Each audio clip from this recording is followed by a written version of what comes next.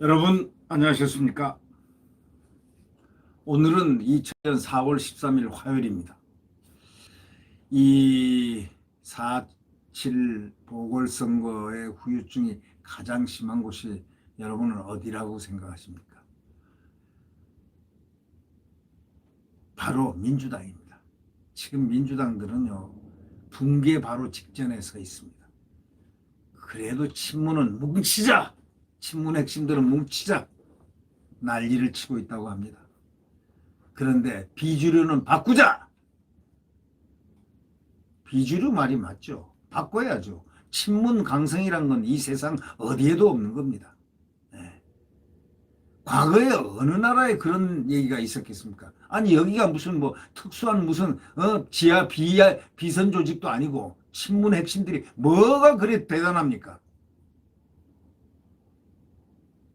그래가지고 무슨 부엉이 모임이니 무슨 이상한 모임들 이름의 모임들 뭐 4.0이니 뭐 5.0이니 뭐 이래서 자꾸 말이죠. 이게 도대체 저는 무슨 말인지 이해가 안 됩니다. 이거는 대선을 겨냥해서 지금 주도권 다툼을 하고 있는데 비주류는 뭉치자 바꾸자 그러고 비주류는 친문 핵심은 뭉치자 하고 난리를 치고 있다는 겁니다. 원내대표 선거에서 원내대표 선거를 하는데 원구성을 그대로 하자. 그러니까 한편에서는 야당과 협상해야 한다. 이렇게 얘기했습니다. 친문 아주 핵심인 윤호중이가 원내대표로 나왔습니다. 친문 윤호중이가 만약에 된다면은 민주당은 똑같은 민주당입니다. 아주 그냥 판박이보다 더 강화된 민주당이 될 겁니다. 친문 소위 그 대깨문들 중심으로 된 그런 그런 얘기를 들을 수밖에 없는 거죠. 비주류 박원주하고 격돌을 했는데 당대표 최고위원 두고 일단 승부수를 내리는데 국민하고 일반 당원 반영률 상향 검토를 친문위원들이 반발하고 그들의 반발이 만만치가 않은 것 같다. 이런 얘기입니다. 초재선 모임이 구체적인 쇄신안을 못 내놓고 있습니다. 겁들이 나는 모양이죠. 이게 무슨 초재선 모임입니까? 예? 내년 대선을 11개월 앞두고 더불어민주당 내부의 권력투쟁. 이게 무슨 이상한 데서 무슨 이상한 투쟁을 하는 거하고 똑같습니다. 이게 뭡니까? 내부의 권력투쟁이 같은 당에서 달아오르고 있는데 핵심은 바로 2017년 대선 때부터 이어져 왔던 그 강성 친문, 문재인 친문들, 이 진영의 주도권 연장 여부입니다.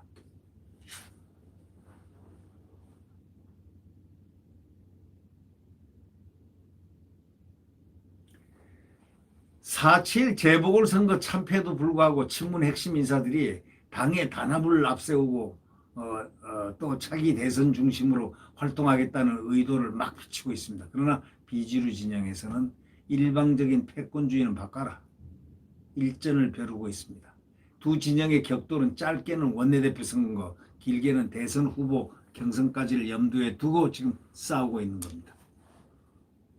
두 진영의 격돌 이거 참 볼만합니다.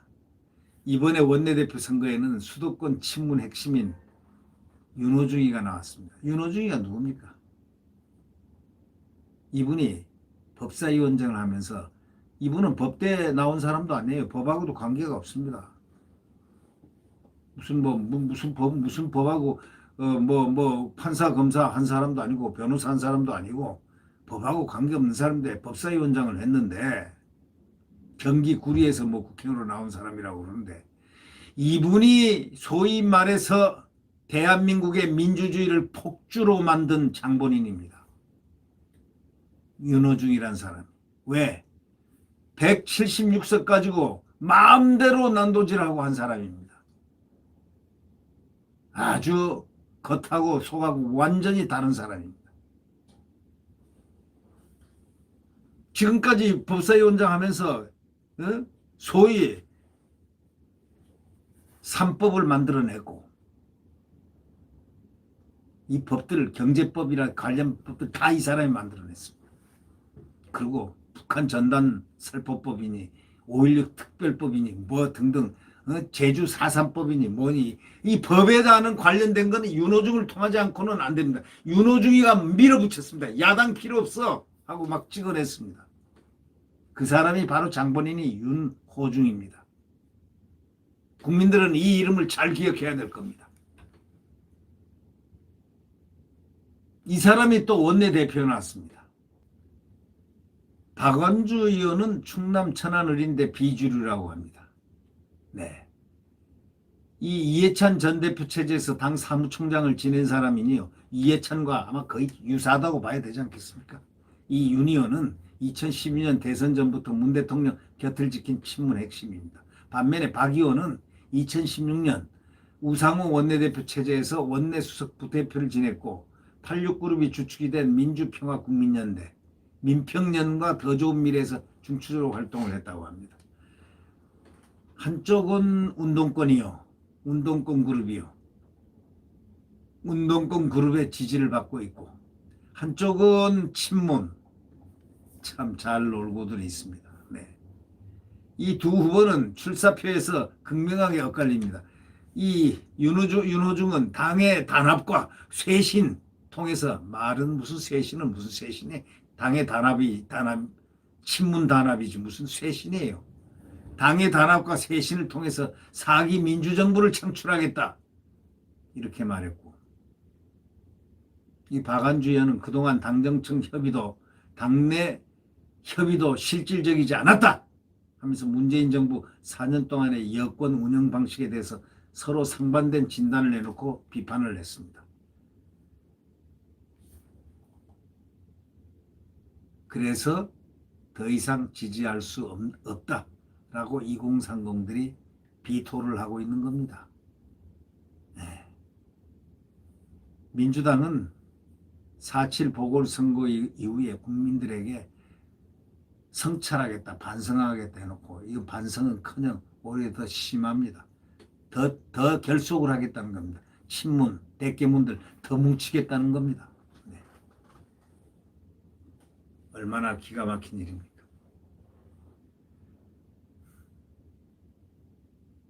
(21대) 국회 원구성 협상에 대한 진단도 엇갈렸습니다.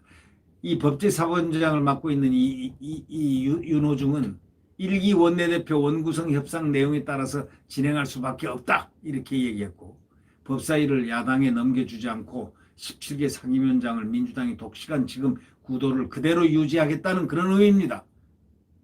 반면에 박 의원은 상임위원장직 배정과 부의장 선출 문제를 해결하겠다 이렇게 얘기했습니다.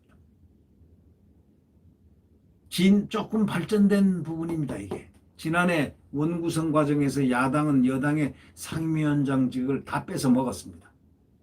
독식에서 반발하면서 소위 야당 몫으로 전통적으로 이어왔던 법사위원장직 윤호중이가 뺏어 먹었습니다. 그리고 못된 짓을 다 했습니다. 못된 법을 다 만들었다. 경제 3법 만들고 다 만든 사람이 이 장본인이에요. 야당 빼버리고 배제시켜버리고. 얼마나 이런 사람이 스스로가요. 뭐라 그러냐 자기가 의회주의자랍니다. 의회주의자 좋아하네. 이런 사람이 무슨 의회주의자입니까? 스스로가 의회주의자라고.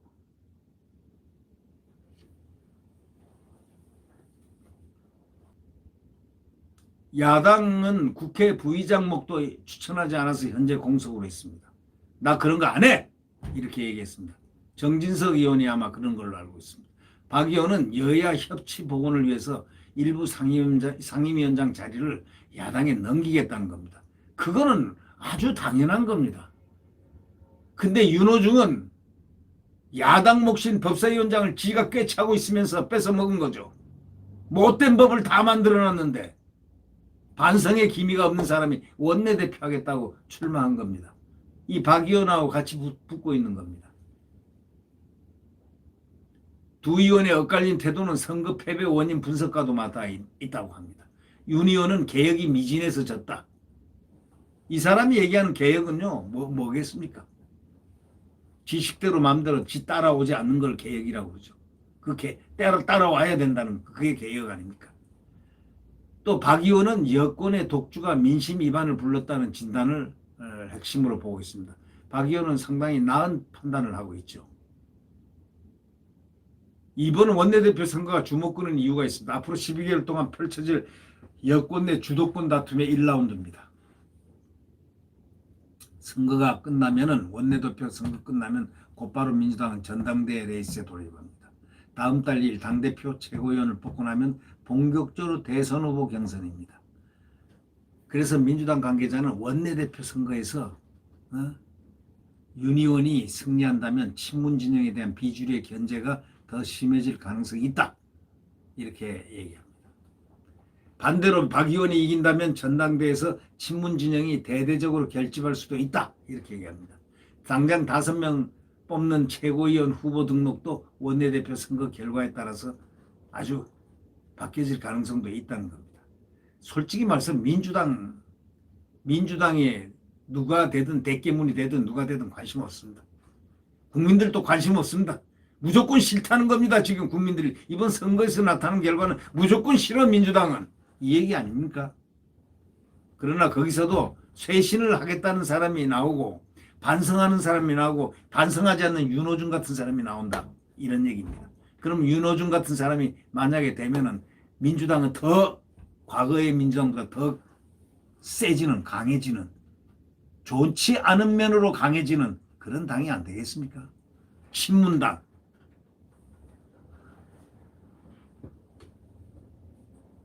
세상에 살아봐도 이렇게 자유민주주의 국가에서 이런 당 처음 봤습니다. 그러니까 민주당을 과거에 했던 분들은요, 무슨 민주당 당이 뭐 이렇게 굴러가는 거냐 하고 비판하는 겁니다. 유인태 의원도 그거 아닙니까? 기가 차하지 않습니까? 그 다음에 저 국회의장 했던 문희상조차도 4년 내내 말이야. 이 정권은 이 친문들이죠. 친문들. 4년 내내 1년만 적폐청산해도 될 텐데 원래 적폐청산이란 건 한 6개월 정도 합니다. 정권이 바뀌면 다소 약간 군기를 잡으려고 기강 이런 부분에서 한다는 그런 과거에는 그렇게 해왔는데 아니 4년 내내 지금 적폐청산하고 검찰 부수기하고 자기 편 만들게 하고 이런 나라가 어디 있습니까? 이런 정권이. 그런 사람이 원내대표 한다고 윤호중에 또 나와서 또 법사위원장까지 한 사람이 나와가지고 결속해야 된다 결집해야 된다 하고 웃기는 소리를 하고 있으니 뭐 국민 앞에서는 선거 치고 난 다음에 성찰하겠다느니 뭐 반성하겠다 해놓고 이건 완전히 3일차나 입 빨린 소리에 불과했다 이런 얘기죠. 더 말할 게 없습니다. 이 민주당 지금 내부 윤호중 같은 얘기를 갖다 하게 되면요 입이 더러워집니다. 솔직히 얘기해서. 그래도 이렇게 비주류 반성하는 분들은 그런 사람이 돼서 온건하게 당이 가야 그게 제대로 당이 되는데 이게 지금 이 친문의 이 형상에서는요 정말 오죽하면 어저께 그 얘기를 했겠습니까? 그 누구야? 그 국회의장 했던 문희상 씨라고 잘 알죠. 조선일보하고 인터뷰를 해서 무슨 4년간이나 이렇게 적폐청산하는 데가 어디냐 이거죠. 적폐청산은 1년이면 족한데 이게 1년이 아니고 계속 끌고 있으니 그리고 신랄하게 비판을 한 거 아닙니까?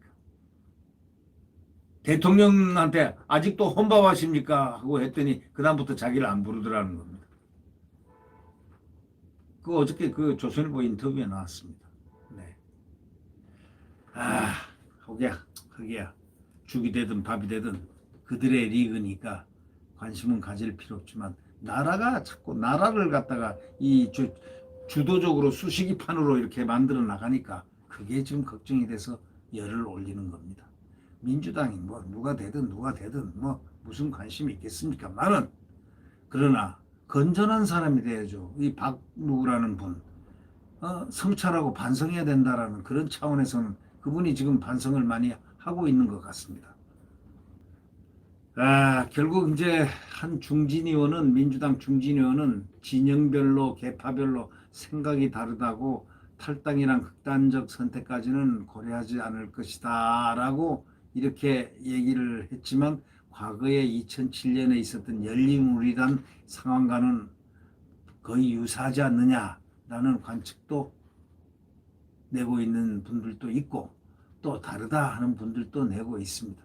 2007년에 열린우리당과 2016년 국민의당을 봐도 탈당은 공멸의 길이라는 걸 알기 때문에 탈당은 안 할 것이다 라고 얘기하는데, 친문과 경쟁하는, 소위 친문하고 경쟁하는 비주류 진영이 비문을 자처하지 않는 이유도 바로 이것 때문에 그런데, 열성 지지층의 힘이 여전히 세고 문 대통령 지지율이 30% 이상을 지키고 있는 상황에서 청와대와 노골적인 선긋기에 나서지는 않겠다, 뭐 이런 뜻 아닌가 싶은데, 그래가지고 글쎄요, 뭐 민주당 자기들이 알아서 운명을 결정하겠죠.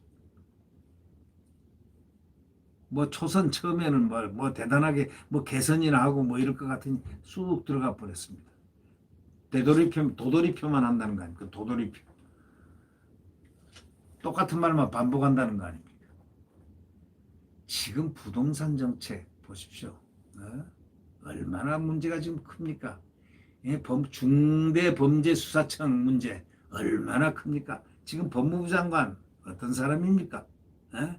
이런 등등 해야 될 이야기들이 산재되어 있는데 실질적인 문제를 이렇게 도출해서 고치려고 생각지도 않고 말이죠.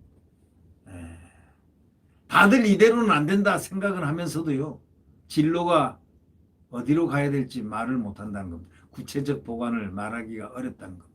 원내 사령탑이 선출되고 나면 좀 더 정교한 대안이 나오지 않겠냐. 하지만 원내대표에 나간 친문이 누구냐? 윤호중입니다.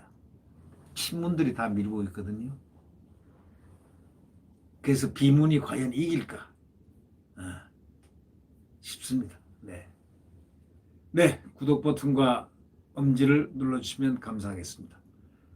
자, 지금은 암흑시대입니다. 암흑시대. 마지막 터미널에 와 있습니다. 그나마 서울시장이 되고 부산시장이 되니까 기분이 조금 좋아졌다는 것 뿐이고, 더더욱이 긴장을 해가지고 이 호신탐탐 무너뜨리려는, 그렇게 이 자유민주주의 세력을, 시장경제 세력을, 또 자유대한민국의 헌법을 훼손하려는 그러한 세력에 대해서 단호하게 단일화로서 극복을 해나가려는 의지가 있어야 될 것 같습니다. 지금 여전히 광풍이 불고 있습니다. 이 광풍을 어떻게 이길 것이냐. 그러나 내일 새벽 태양은 다시 떠오릅니다. 대한민국, 자유민주주의의 대한민국, 영원한 대한민국이 다시 태어날 것으로 확신됩니다. 네, 안녕히 계십시오.